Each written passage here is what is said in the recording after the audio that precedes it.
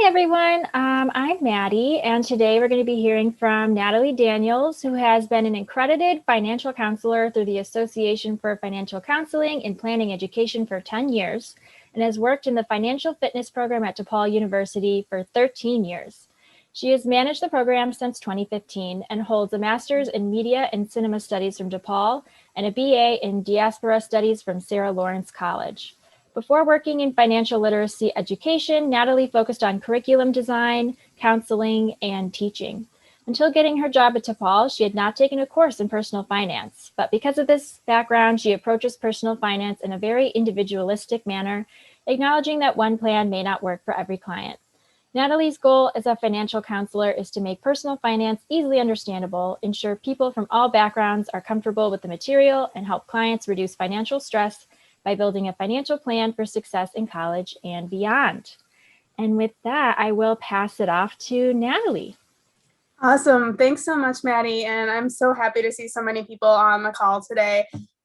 This is going to be a really open presentation. I am going to use some polling throughout. I'm going to just start sharing my screen because I know that I did do a presentation earlier this year and I talked for about 20 minutes before I realized I wasn't sharing the screen. So that was a great presentation.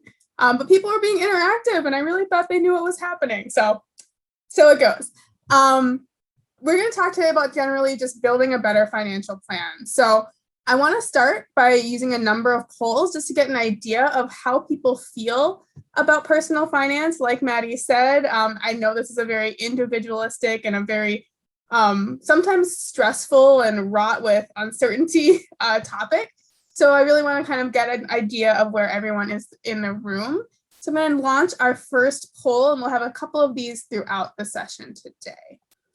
All right. So our first poll, on a scale of 1 to 5, how confident are you when it comes to financial wellness? We'll say 5 is very confident, 1 is not so confident.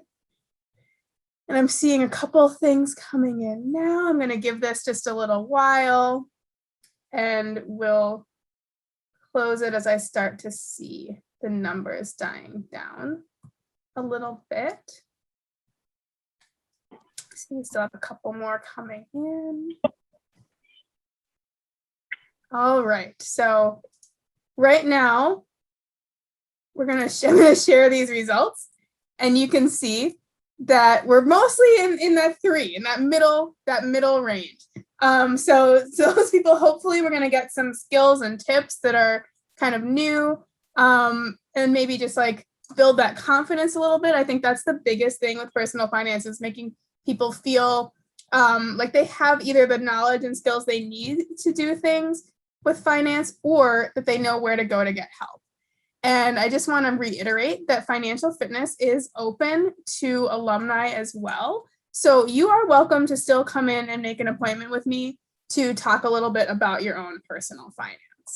The last poll I want to do before we really get started is just kind of getting an idea of what you hope to get out of this workshop today. And that'll just give me a little bit of ideas of knowing where to focus, some things to kind of go over and where I want to spend a little bit more time.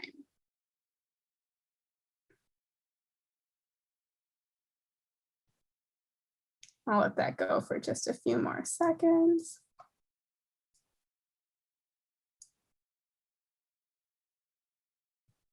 And it looks like most of our responses are in, so I'm gonna end that poll and look at those results. So we're mostly looking at practical skills and tips and new ideas. So that is great. That is exactly, I think, what we're going to cover today. And I really want to thank you guys for sharing that. That's really helpful for me as a presenter to get an idea of what we're going to do. So that was polling. The next thing I want to do, and I'm going to take an idea of this link. I'm going to put this in the chat really quickly. And this is a link to the Consumer Financial Protection Bureau's Financial Wellbeing Quiz. It's only 10 questions and they're very short gut feeling questions. So I'm just going to give you maybe 2 to 3 minutes to do that really quickly. And those are just kind of some things that I want you to keep in mind as we're going through the workshop today. Your answers to these questions change over time. So there's times when maybe I've worked with someone that feels very confident in their financial well-being. And then maybe, like we're in this crazy year right now. Maybe some people that had felt confident in 2019 are feeling less confident right now as we're getting into 2021. Or maybe that confidence is coming back as their work situation has changed. So many things happen to kind of change what's going on with ourselves personally, and how that affects our financial well-being. So changes, again, questions change over time. People's change depending on circumstances. And I don't think this score necessarily reflects anything about your personal financial knowledge or skills, but rather your current situation and your current feelings about money. Many of the people in this room may be at different points in their lives and in their financial journeys. So as we kind of go over things, some of the material could be certainly a refresher for you. Some of it may be new. But I always think that taking some time just to think about your relationship to your finances is a worthwhile endeavor. I know every year when there's kind of a stress survey of Americans and they look at what are the most stressful topics in your life, finances is always number 1 or number 2. It is up there. People experience financial stress. Even people that are doing financially well experience financial stress. People that are having a hard time, obviously, again, maybe experiencing some financial stress. And like I said a little bit earlier, there's this disconnect sometimes between how we think we should be doing financially and how we are doing financially, or even what we think we should know about personal finance and what we actually know. There's sometimes, again, a little bit of a disconnect in communication there. So as we go through today, I just want to make sure that we're taking a little bit of time to think about where we sit at this point. So just think about, again, you and your financial well-being as we're going through this session today. So our agenda for today is it's 3 big parts. The biggest part is going to be looking at your spending plan, because I think that is the root of money management, is knowing what you're going to do with your money at that point in time and having a plan for your money. Then we're going to think a little bit about short and long-term saving strategies and a little bit about overall debt management as well. And again, there will be some time for questions at the end. So, going to go to another poll. And this is our next question. And this kind of leads into that spending plan piece. What is your personal experience with budgeting? I personally like to call budgeting a spending plan. Because I think that it just sounds nicer. There's really kind of this feeling when people say budgeting that is like, it's restrictive, it's hard, I have to give up things that I like, I have to really not do these things that I love, I can't have any fun. And that's not what it should be about. I like the idea of a spending plan much more, because it gives that kind of like, I'm going to spend my money and I know where it's going to go. I have a plan for where it's going to go. And it looks like we have most of our responses in, so I'll go ahead and end that poll. And it looks like we're kind of a little bit all over the place as I share those results with you. Most of people are saying, yeah, I have a budget, I mostly stick to it. But there's some that have never tried at all or tried and gave up. And there's one little person there that just loves their budget, and that all of that is great. Where no matter where you are in the journey, I think it's good to explore and kind of think about where you are. So I am going to move on to that first kind of section with budgeting. Now, a lot of times when I talk to somebody with putting together a spending plan, the first thing they do is they pull out an Excel sheet and they start filling out their income and expenses, and they say, here's my budget, I'm going to do this. That's one way of doing it. I don't necessarily think that's the way that's going to be most effective to stick with. So I think a lot of times when someone tried and gave up, it's because we're looking at an approach that maybe wasn't the best approach for them. So I want to start talking about goal setting a little bit. I've personally never been a big fan of goal setting for myself. And if anyone here is a big Myers-Briggs fan, I'm an INFP that pretty much will tell you I am not a goal setter. I'm all in my feelings and in my gut and in like how things feel to me at the moment. And I've always found goals to feel a little bit constraining and difficult. And sometimes it makes me feel like I'm gonna, if I don't meet them, fear of failure, all this kind of stuff. That being said, my brain knows that setting goals is a very good way of achieving what you want in life. And there's statistics all over the place that show that people who write down their goals are more successful in accomplishing them than those who do not. So making sure you're setting actionable tasks for your goals and reporting those goals to either yourself or to others for accountability also increases the chance for your success.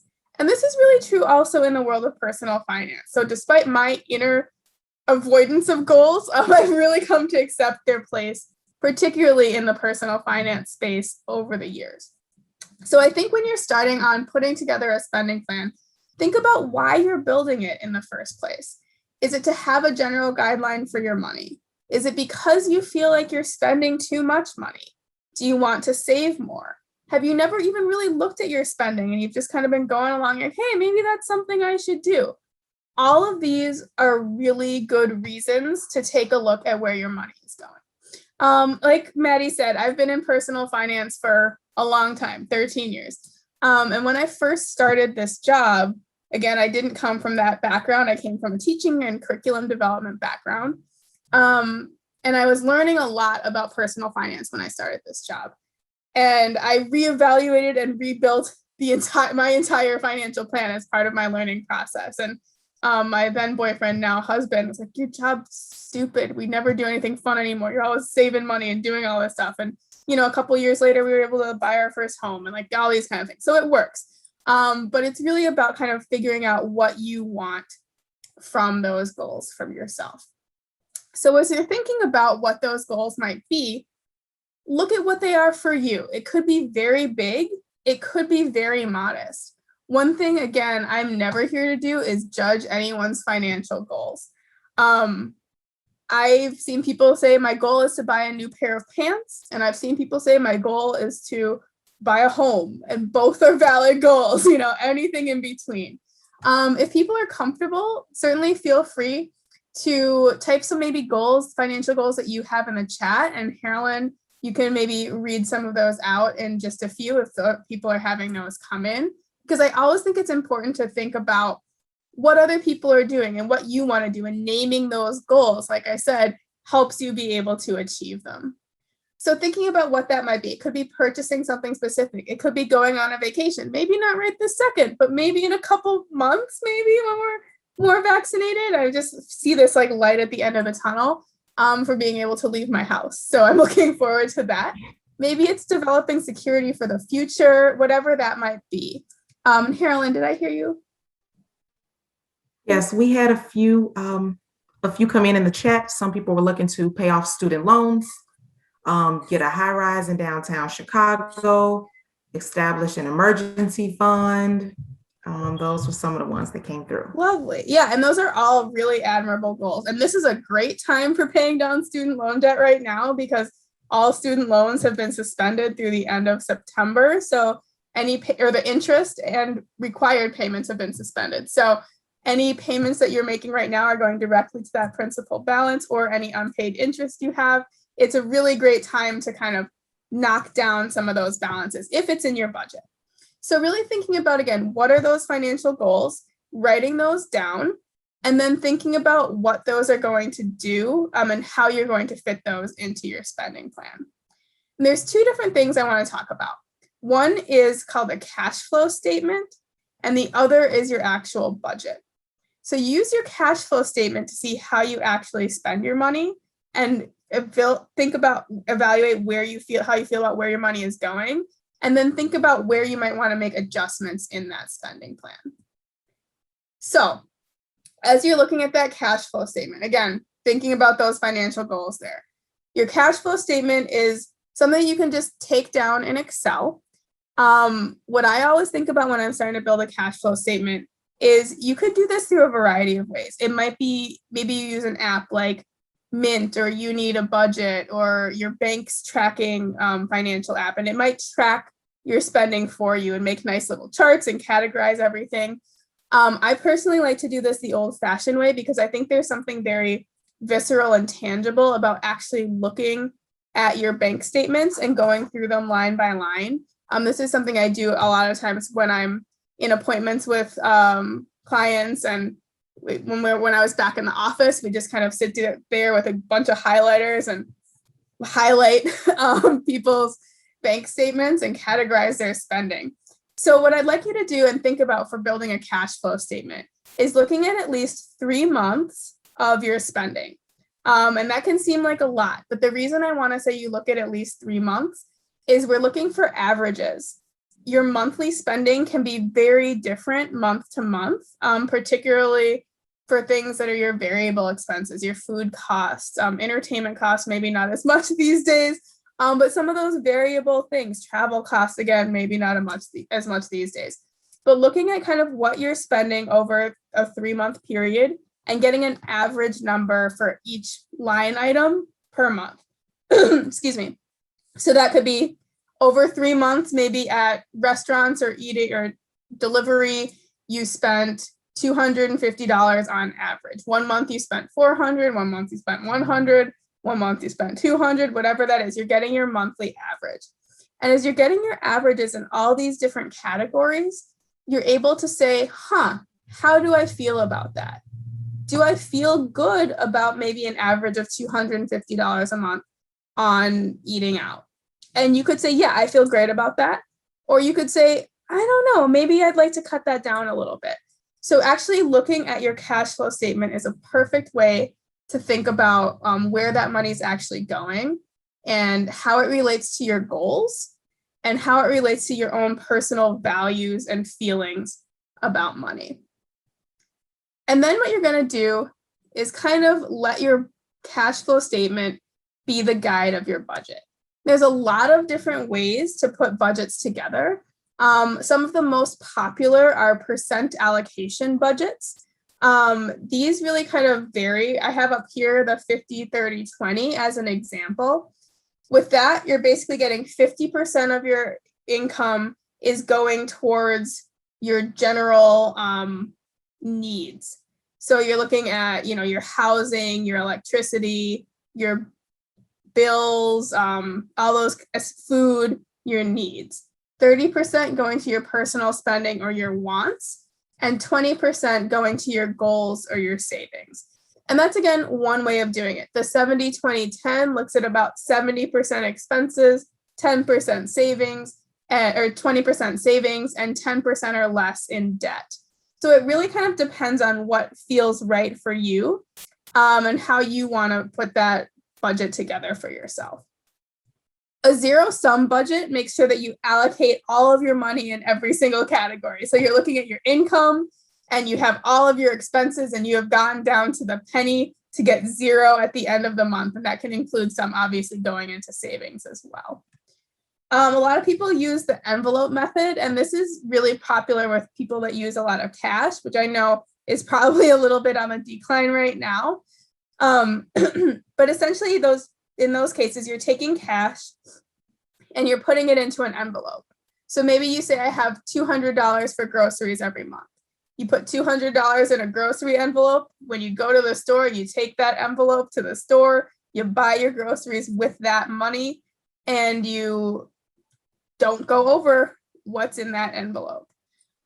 This could also be something that's done in buckets in accounts. So for example, I use a couple different accounts at my bank. I have one where all of my automatic bill pay comes out of one account. I have my general savings account, and I have my general personal spending account. Because I'm not someone that, again, in that INFP world, I'm not going to double check my Excel spreadsheet every month and go and compare. I kind of have that budget built and then automate it as much as possible to make sure that I'm spending out of the right buckets in a way that's going to make things seem very natural and easy for me. So that's one way you could do that with an envelope method, either in cash or actually in accounts to do that. So depending on how you have things set up and what your priorities might be, you may want to revisit your budget more or less often. One thing to think about is your budget's not necessarily going to be perfect at first. And I'm speaking mostly to those people that are in that tried and gave up budget category from our poll. So you're thinking about, okay, maybe this budget didn't work for me. Why didn't it work? Was it that I underestimated my expenses in some areas? Was it that I tried to save more than maybe I should be saving? Was it that I overestimated my expenses in some areas? What didn't work about that budget? And you might need to readjust it. It's okay. It doesn't mean failure. It's just like, okay, maybe there's a different way for me to make this work. And then you're kind of saying, am I making expected progress toward my goals? So let's say that part of one of your goals was to get a high rise downtown. So maybe you want to set aside a certain amount every month toward that. Is that happening? Is that consistently happening? And making sure that that progress toward the goal is consistent. And then if you have any extra money, what can you do with that extra money? Is it for savings? Are there other things, other goals that maybe fell down a little bit further on your list and you maybe can't fund all goals at once? And that's certainly possible. You know, we only have a finite amount of money, and sometimes we do have to prioritize some of those costs and some of those expenses in our lives. So really thinking about what can I do with any extras? And are there any new savings tips that I can integrate into my budget? So one thing that I really like to think about as far as savings goes, and this is also some of that easy, not liking to plan brain of mine, every couple days even, I'll go into my bank account and round it down to the nearest $5 or $10 mark. So that way I can say, oh, I know exactly what's in my checking account because I made it a nice round number, and I round it down. I put that extra amount into savings. So just kind of throw a couple extra dollars into savings a few times a week, and it kind of slowly adds up as you're doing those types of things. Or if there's something that maybe you're really specifically trying to cut down on, I often use coffee as an example because like people use it. I don't even drink coffee, so it's not a good example for me. But one of the things I've seen statistically is if someone's going out to get a coffee 5 days a week, which again, most of us are at home now and maybe not doing that, but maybe we are. If you go out 5 days a week and buy a coffee somewhere, you're probably spending a little over $2,000 a year on coffee. Now, the question is, do you value coffee $2,000 a year? If the answer is yes, do that. You get your joy out of coffee, don't make any changes. If the answer is no, I maybe value something else more, or I could feel like I could do something better with that $2,000, then you want to think about how you could reduce some of that. So maybe it's every day that you don't go and get that coffee, you put that $4 or so into your savings account. And so you're making that automatic transfer. Oh, I did not go buy a coffee today. I saved myself $4. And thinking about what kind of little things those might be for you, where you can make some of those changes. All right, so as I transition more into talking about savings, we're going to do another poll question. And this one's generally, what's your experience with saving? Saving regularly, sometimes taking money out of your savings, irregularly, not saving at all. And I'll give this, again, a few minutes, not a few minutes, but a few seconds here as more responses are coming in. I see it looks like it has slowed down a bit. All right, so I'm gonna share that result. It looks like most of us are saving regularly, so awesome. Sometimes people are taking money out for monthly expenses, and that's okay. To me, that might say that maybe if you're one of those people that's using a spending plan, maybe it needs to be readjusted a little bit to compensate for some of that. Saving irregularly or not saving at all. So we have people kind of all over the map on that one a little bit. So I just want to take a few minutes and talk about savings. So this follows really clearly, I think, after that spending plan and goal setting conversation. Your spending plan should have built-in amounts to save and different types of saving you're planning on doing. So let's say that you have in your spending plan, maybe we're looking at that 20% going towards savings. Maybe 10% of that is going towards long-term savings. Maybe 5% is going towards an emergency fund. And maybe 5% is going towards that high rise, right? So you have that all adding up to 10% and you have those different goals. And you could split that down even further if you like. So little percentages all going towards your goals and prioritizing the goals that are most important to you. One of the ways you can make sure you're saving toward those goals is automating it and using direct deposit to do it whenever possible. So I feel like me, I'm a bad goal setter.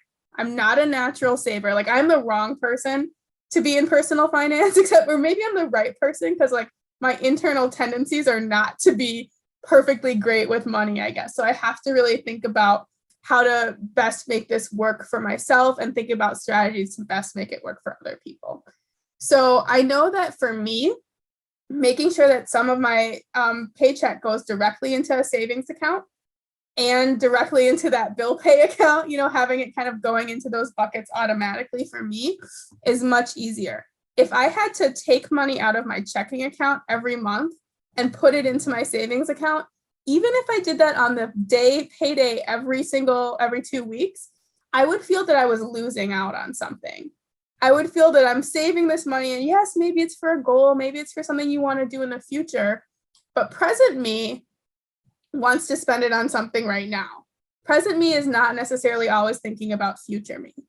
So I have to set it up automatically to make sure that future me is well taken care of, because I know present me is a little bit greedy and wants to do things for herself all the time. So thinking about, again, how is that going to work best for you? And then also think about some of those things when people are maybe taking some money out of your savings for expenses.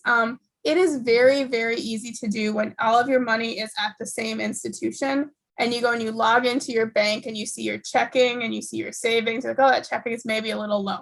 Transfer it over. Not a big deal.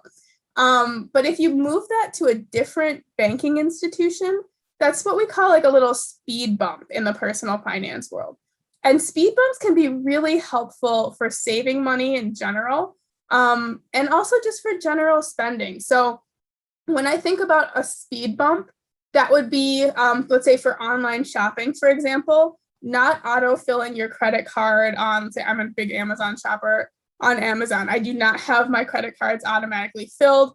I have to take them out and enter that number in every time I go to make a purchase. And yes, it costs me an extra 15, 20 seconds, but it also makes me think, okay, do I really want this purchase right now?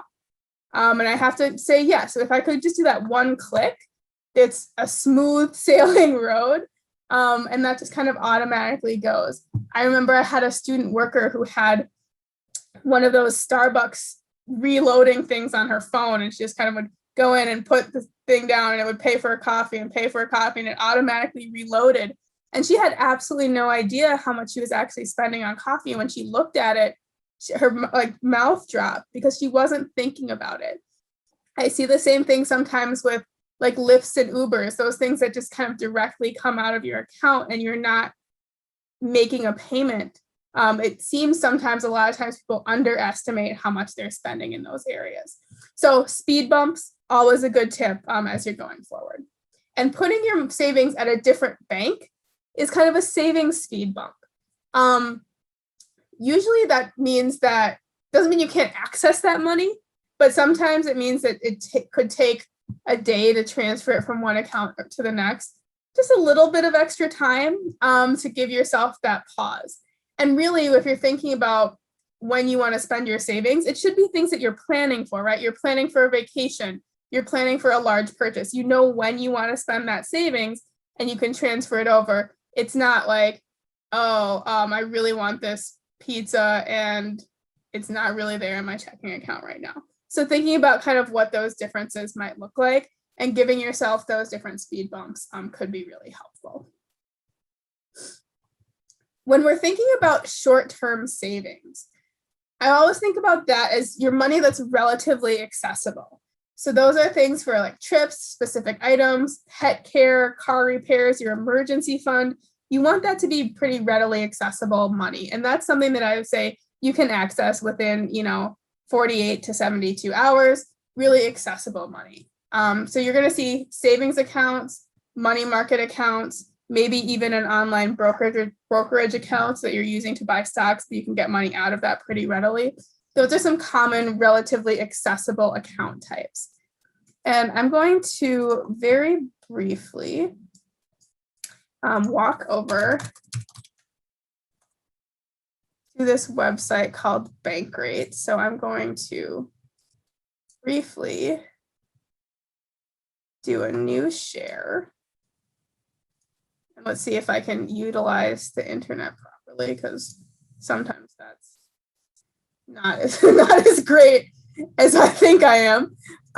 So I'm going to share again this slide, and I'm going to put Bankrate's website in the chat. 1 second. And I'm going to look really here on our banking site. And over here, we're going to go to savings accounts.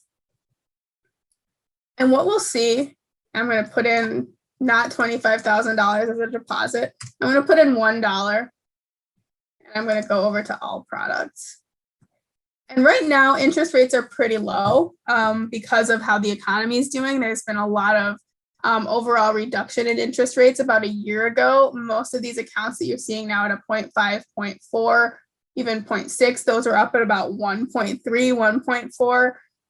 But looking at what kind of an interest rate you can get on an account and thinking about how is this comparing? I know with some of the big banks, a lot of the big banks, I'll see interest rates of 0.01, 0.05, something like that. And, 0.6, 0.5 is more than 0.05, right? More than 0.1. And thinking about if you're maximizing your savings, and these are accounts that, again, have a very little overhead to open. A lot of them are what we call online banks. So they don't actually have a physical location to go to. But I don't know about you, I haven't walked into my bank in many, many years. I do everything online. And you can transfer these back and forth to your physical bank if you want to. What you want to make sure of is that everything says member FDIC. That means that that institution is insured. And so if up to $250,000 of your money is potentially lost, which it won't be, but theoretically, that would be insured by the federal government. Excuse me, talking, it's dry in here. So thinking about where you're putting your money and where that's going, I think is really important as you're looking for your short-term savings.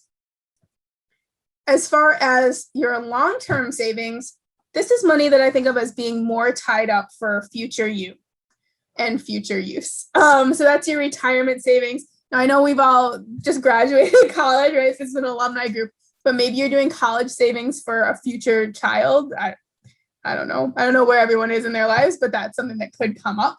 So some of these common account types, we have our 401k, 403b, and 457s. Those are all employer retirement accounts. Your 401k is going to be your for-profit companies, 403bs, nonprofit companies, and 457 government institutions. But they all essentially work the same way. Those are accounts that essentially you are putting money in. That money your employer may also be putting money in. That money is, it will be taken off of your taxable income for the year. So it lowers your taxable income, but you're saving it.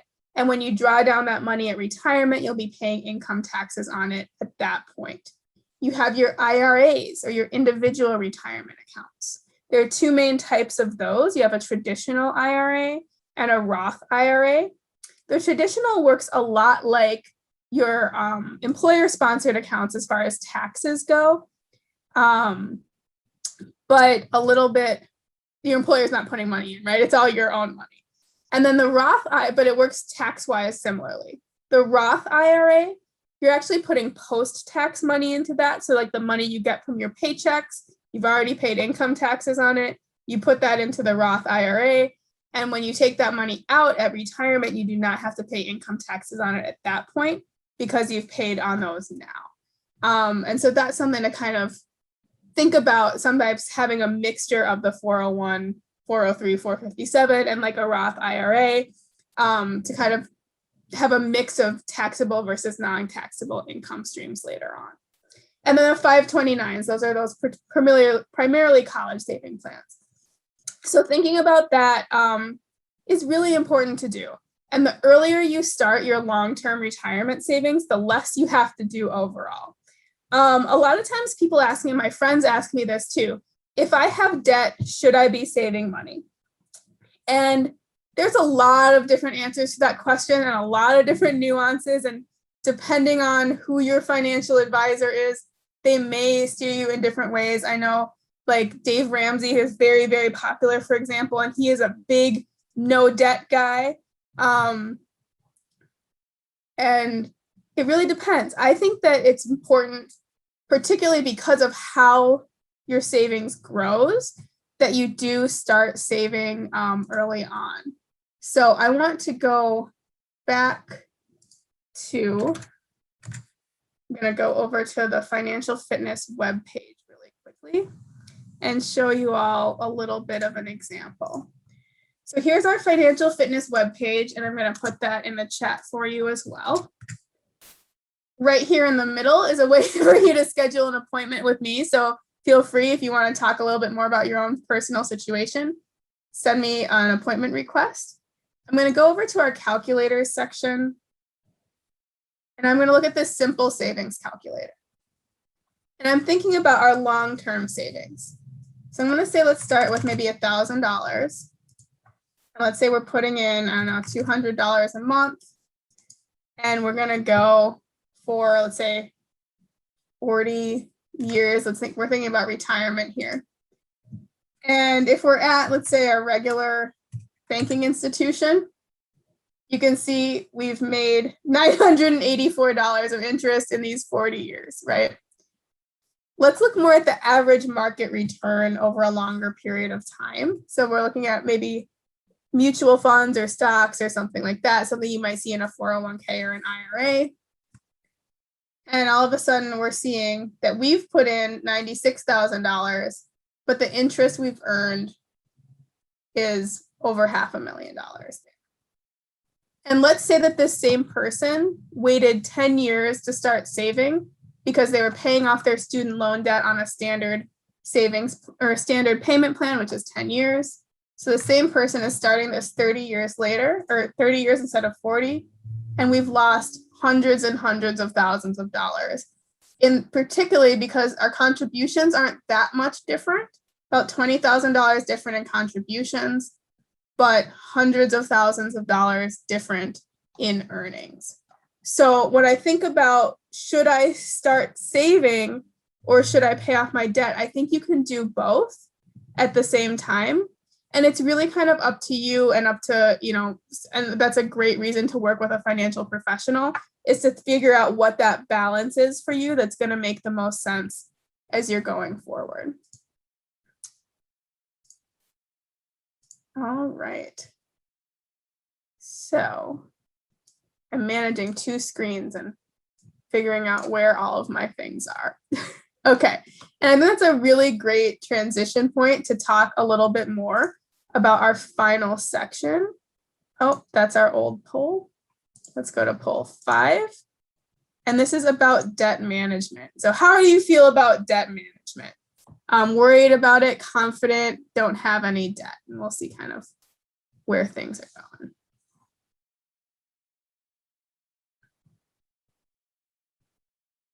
We still have a bunch of answers coming in.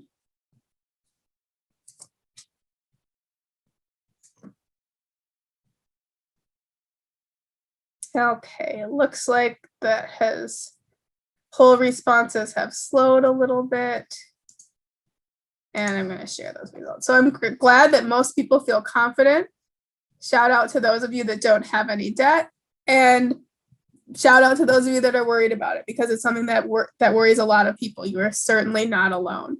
So thinking about, again, your debt management strategy is going to be really important as you're building this overall financial plan for yourself.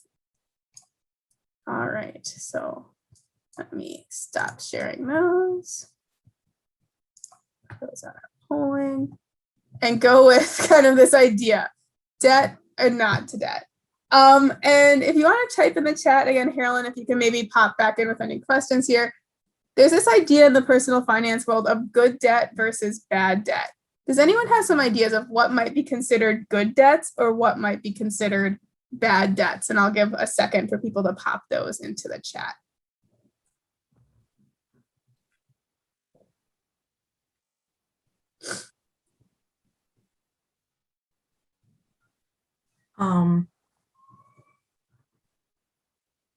Waiting on a few more responses. Some people said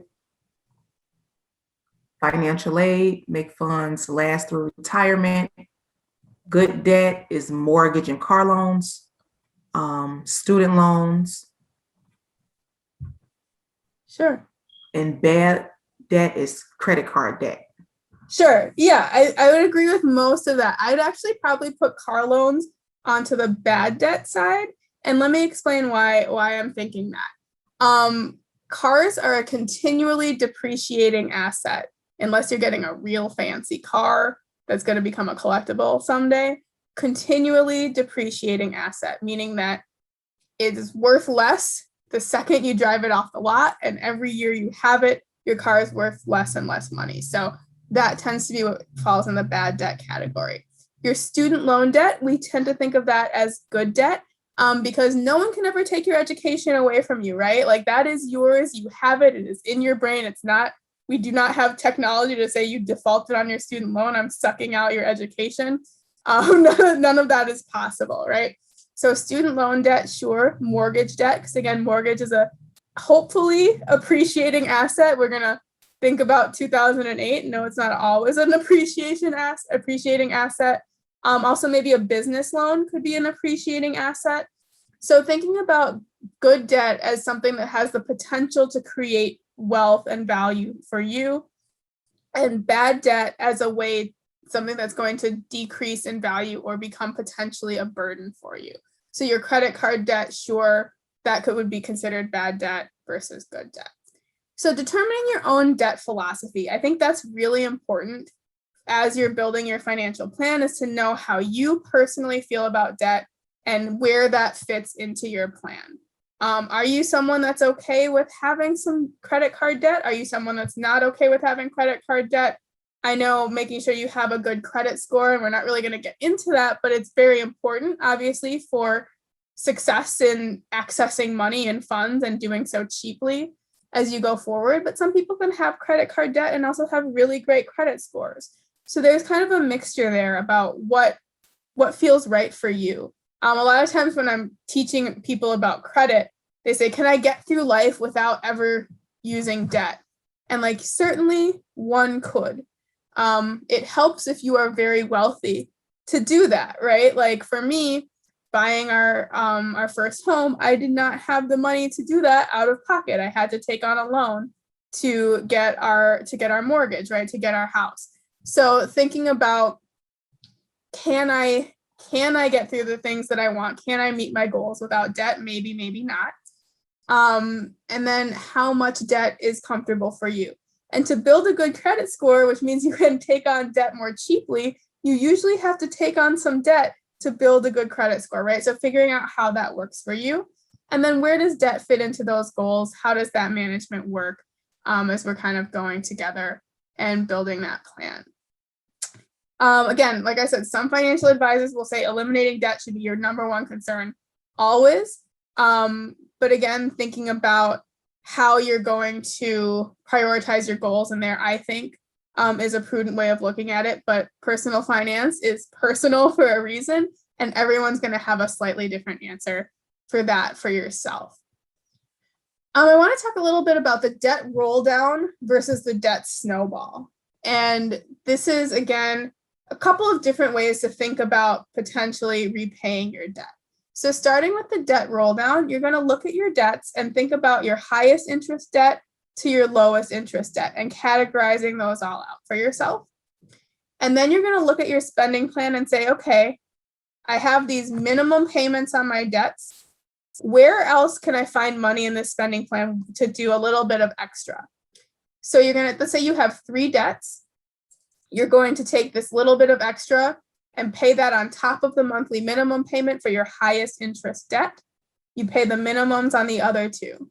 When the highest interest debt is paid off, you take that full amount you were paying there, roll it down to the next highest interest debt, add that to the monthly minimum, pay that off, and then finally you roll it down to the last debt. And then you just keep repeating until all of your debts are gone. The debt snowball, this is really popularized again by Dave Ramsey. You start with the smallest balance debt. So you're not necessarily thinking about the interest rates, but you're starting with the smallest balance. And that way you're going to pay off something completely faster. And that can give you a good feeling like maybe you're making progress a little bit faster. It may be quicker gratification, may potentially cost a little bit more over the life of the loan than the debt roll down method, but you feel better about it. Both are completely valid ways of working through your debt. So thinking about, again, your own philosophy, what makes sense for you, what's going to be more advantageous as you're going forward. And then it is not another poll. This is me wrapping up my talk. We have about 10 minutes or so left, and I want to open it up for any questions. And as those are coming in, I'm going to pop, oh my God, I'm actually wearing the exact same outfit that's in that picture. And that's really embarrassing, but so it goes. But there's me, different glasses, everything else the same. There's my contact information. Feel free to give me a call, send me an email, and we'll be able to kind of set up an appointment if you're interested in having some help with any of your own personal finances. Now, let's see, Carolyn, if anyone has asked any questions, happy to answer those. Well, I just want to say that the outfit is great. I would definitely wear it again. Thank you. Someone wanted to know a little bit about budgeting for several large purchases. For example, they purchased their first home in December, and they're looking to buy a new car this year. So what kind of tips do you have for budgeting for larger purchases? Yeah, first, congratulations on getting your first home. That's super exciting. I always think about it just like the buckets, and really saying, okay, where in my spending plan can I make cuts if you want to accelerate that savings a little bit more, right? So thinking about how much do I need for this purchase? When do I want to make this purchase? There's actually on the Financial Fitness website, let me go back to that really quickly.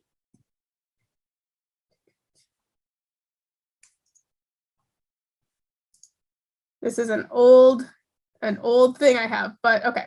So let me share again. We're at the Financial Fitness website here in our worksheets and resources section. There's this SMART goal setting sheet that you can download.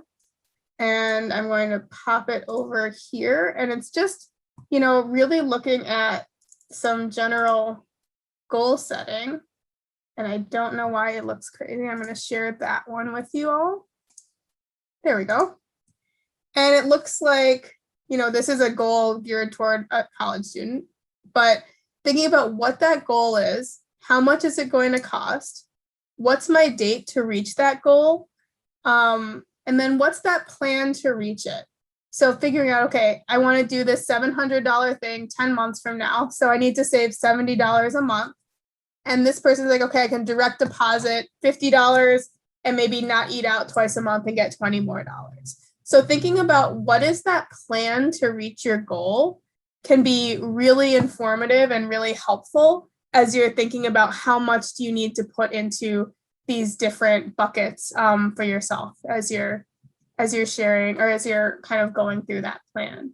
On that on that worksheet and resources section, there is also a general sample budget here. So you could use that for a cash flow statement or just putting a budget together if that's something that would be helpful for you to download as well.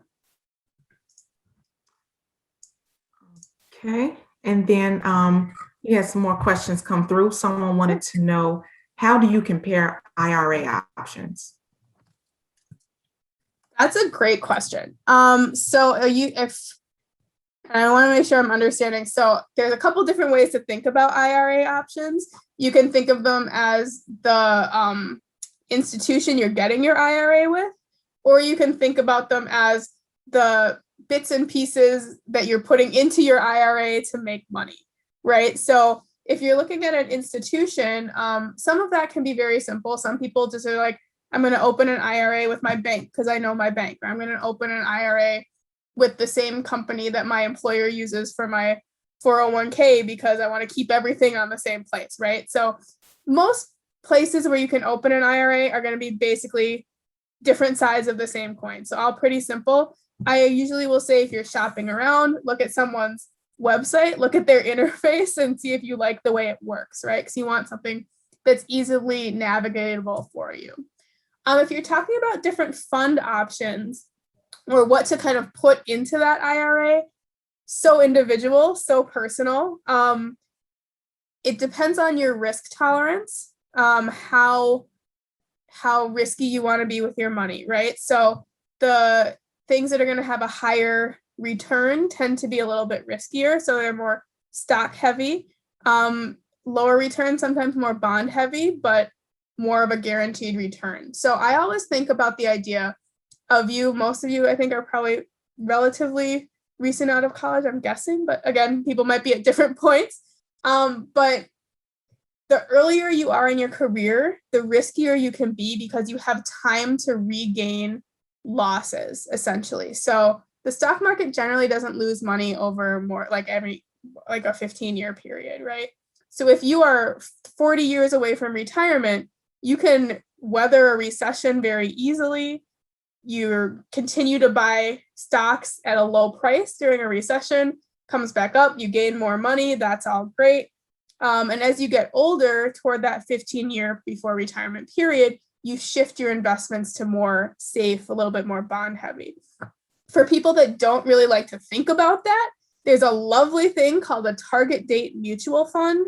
And it'll essentially, you'll see target date 2055, 2062, 2037. So whatever year you're thinking about retiring, that's the target date year that you're going to see at the number.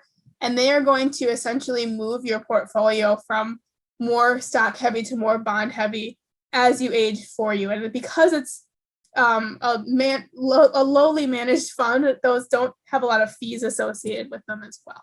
So as you're looking at your funds, you're looking at how actively managed is it? So how many trades are happening? Because then you'll generate more fees versus passive management. And then thinking about kind of diversifying the different types of investments you have. Happy to go into more detail in a one-on-one session as well. I know that was kind of a quick answer. No problem. Also, in your one-on-one sessions, do you do portfolio reviews in any detail? I do not. I am not licensed to do. I'm not licensed as a stock broker, a CFP. So I am not allowed to specifically choose funds for people based on my licensure. So I'm more of an educator and a counselor than someone that will choose your funds for you. Okay. And someone wants to know, how can you get your spouse on board for like serious budgeting? That's $1 million question. That's a big one.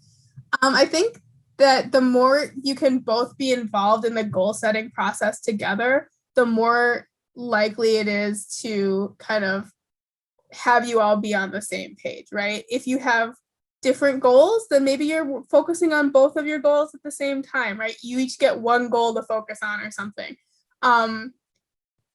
being more, and you know, again, financial things and relationships are one of the hugest stressors again there as well, just in general.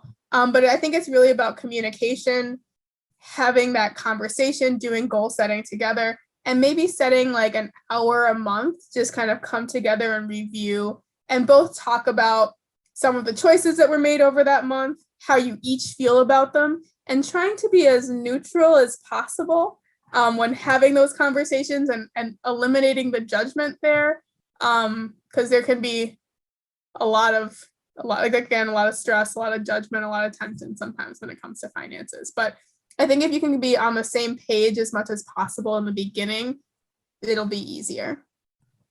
Okay, and I'm gonna just do one more question because I know everybody has to get out of here. I want to respect everyone's time. A few questions came in about what should you look for when selecting a financial planner? Yeah, that's a great question. So I think what you really want to look for is, first of all, are they a fiduciary? Do they have a fiduciary responsibility? So do they have the responsibility for acting in the client's best interest, right? That is thing number one. Making sure that they are not going to sell you a product because they're getting a commission off of it. They're acting as a fiduciary, so they have your best interest in mind. You're likely going to see that more often with what we call a fee-only financial planner. That's not your only option, but it tends to be a little bit more heavily that way. And that's essentially someone that has like a flat hourly rate or, you know, per appointment rate, and they're not getting any additional compensation for particular products that they're using.